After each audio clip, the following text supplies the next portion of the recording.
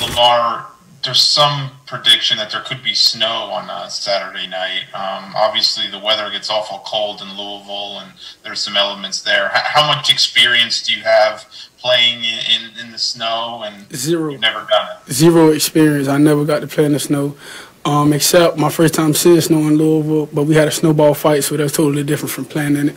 But yeah, that definitely would be my first time playing football in the snow Saturday. If it does, hopefully it don't. No experience or not, Lamar Jackson better be ready because, gentlemen, it is going to be cold in Buffalo on Saturday. Now, Lamar Jackson just got his first career playoff win, now looking to get number 2, but going to have to do it against an impressive Buffalo Bills team. So, Stephen A., what do you think? It's going to be cold. You think Lamar is going to thrive, or is he going to struggle? I want to hear from Buffalo? Max first on this. Max, I want you to help me out here. Forgive me. I want you to go first on this one. I want to hear what you have to say about this. For sure. I think he's more likely to thrive. Max, what do you think? And I have 2 reasons. One's from the head, one's from the heart. From the head, I think for so long we're waiting to kind of fit everybody into this mold. And to set up the run, you have to be able to pass the ball. And come playoff time, if you're not a great pocket passer, you can be exposed and all of that. And I think I don't think it's impossible that a guy can win a Super Bowl playing as Lamar Jackson has normally played. I think he can do it. And that's from what I've seen Lamar do. He's beaten a lot of good teams. My question was, could he beat teams when the light shined the brightest? Not could he beat teams as the kind of player he was. You know, he beat Seattle, but he beat a whole bunch of teams. Some of them were good defenses. At one point, Stephen A., remember, other than the Chiefs in the playoffs, he was something like 21-1 against the rest of the league in all other games, right? But the Chiefs, that's a game you have to win. The playoffs, a game you have to win. The Roethlisberger Steelers, who he lost against in his only matchup against Roethlisberger, that's a game you have to win if you're the Ravens. He loses those games. Can he win when the pressure's on? And I've seen him do it. And that leads to kind of from the heart thing. I think Lamar Jackson galvanizes a team. I think players like to play with him and have fun playing with him and want to support him. You see it the way that his teammates speak about him. They like him. They want to do well for him and with him. And when you look at Lamar's trajectory, first playoff performance, god-awful. He was very young. I mean, Lamar is still very young, but he was terrible in the first half. He was much better in the second half, but still not good enough. And his next playoff performance the following year, last year against Tennessee, he was much better than he was even in the second half of his first playoff performance. Still not quite up to his standards, but much, much better.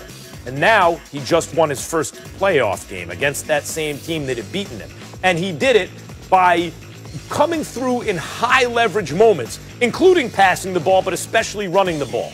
I think the fact that we can see now, and I think the Ravens can also see, yes, we can win playoff games the same way we win regular season games.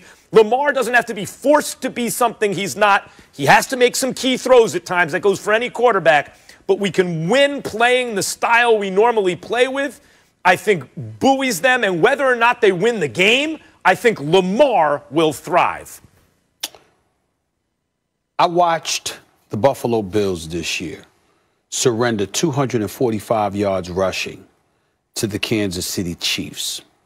I watched them give up 188 one game and 145 another game against the New England Patriots, who primarily are about running the football.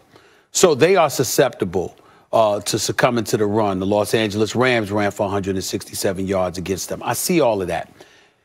I'm not worried about the cold. What I would tell you is that if there's snow on that ground and it compromises your ability to gain traction and to run with that football, Lamar Jackson could be in some trouble. He could struggle. First of all, you got to remember, they've got the worst passing attack in football, okay? But they got the #1 rushing attack. And the reason the Baltimore Ravens have the #1 rushing attack is because of Lamar Jackson and his ability to run with the football, along with J.K. Dobbins and those boys. The point that I'm making is if you're compromised in terms of your ability to run the football with traction, you got to remember how elusive, how evasive he is. It's not just speed, it's his elusivity. That's really, really what comes to play.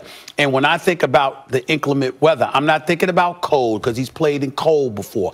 I'm thinking about snow turning into ice and slippery spots on that football field, Max. And if that's the case, it's not just something that could compromise a defense, it's something that could compromise him running the football. So we got to be mindful of that. I anticipate that if there is snow on the ground and if the running ability is compromised in any way, Lamar Jackson is going to struggle. I don't think I would be saying this if the weather was going to be beautiful and what have you, because obviously that wouldn't be an issue. And as a result, I think that Lamar Jackson would just simply make plays with his feet as opposed to standing in the pocket like he did midway through the season and just absorbing sacks, as he eloquently stated. I don't see that happening, but I do think that the inclement weather, we've seen what conditions can get like in Buffalo in December and January throughout history, throughout NFL history, watching games in Buffalo. It's no joke up there, okay, in Buffalo, New York. I think this could be a problem for Lamar, and that's what I'm worried about. Well, let me answer the points you're making specifically. I gave you general points about Lamar, the trajectory of how he does in these kind of games and belief in him and all that. You're bringing up how inclement weather can affect the running game. I would bet more that it slows down defenders to the point where it makes it harder for them to catch up with Lamar. In other words, it has a proportional effect on the defenders who haven't been great against the run, as you pointed out, than the fastest land mammal, Lamar Jackson, right? So that's one. And the other thing is the Ravens have been hot recently. They've won a whole bunch of games, 7 games in a row, and that's coincided with the weather getting colder. You know, and so some of those have been in warm weather locations. But I wouldn't simply dismiss Lamar's ability to affect the game with his legs because it could snow or it's cold. And then finally, Stephen A., even against Tennessee, when Lamar had to make throws, he made some key throws. You don't have to be the greatest passer in the world.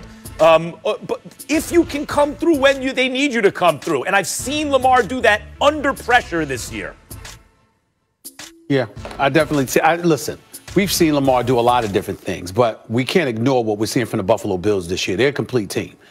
Think about it. They're the number 2 seed in the AFC for a reason. And even though their record spoke to that, even weeks before the season was done, we had talked about how this is the number 2 team in the AFC, even ahead of Pittsburgh. Even though Pittsburgh were 11-0, we didn't like what we were seeing. And then they lost Devin Bush, obviously, before that, and then lost Bud Dupree. And so we knew that their defense was going to be compromised in Pittsburgh. And then they had no running game all season long. So in light of that reality, we didn't expect much from them. But when we looked at Buffalo, and we looked at Devin Singletary, and then we looked at the ascension of Josh Allen, and we looked at Stephon Diggs being that stud who ended up with 127 receptions for like 1,535 yards on the season. We saw all of these things and we said, damn, wait a minute here.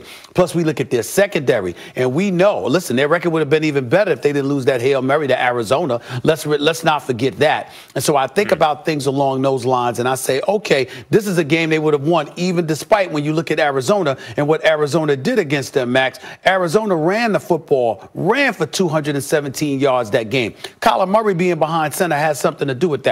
So again, Buffalo still was in a position to win just because they give up exorbitant amount of yardage in a running to an opposing running game doesn't mean that they still can't win games.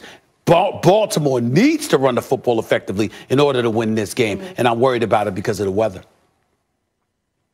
Yeah, well, the weather may have an effect, but both of these dual-threat quarterbacks lead their teams in rushing in their postseason careers. Josh Allen in his 2 playoff games, Lamar Jackson in his 3. All right, we're going to leave it right there.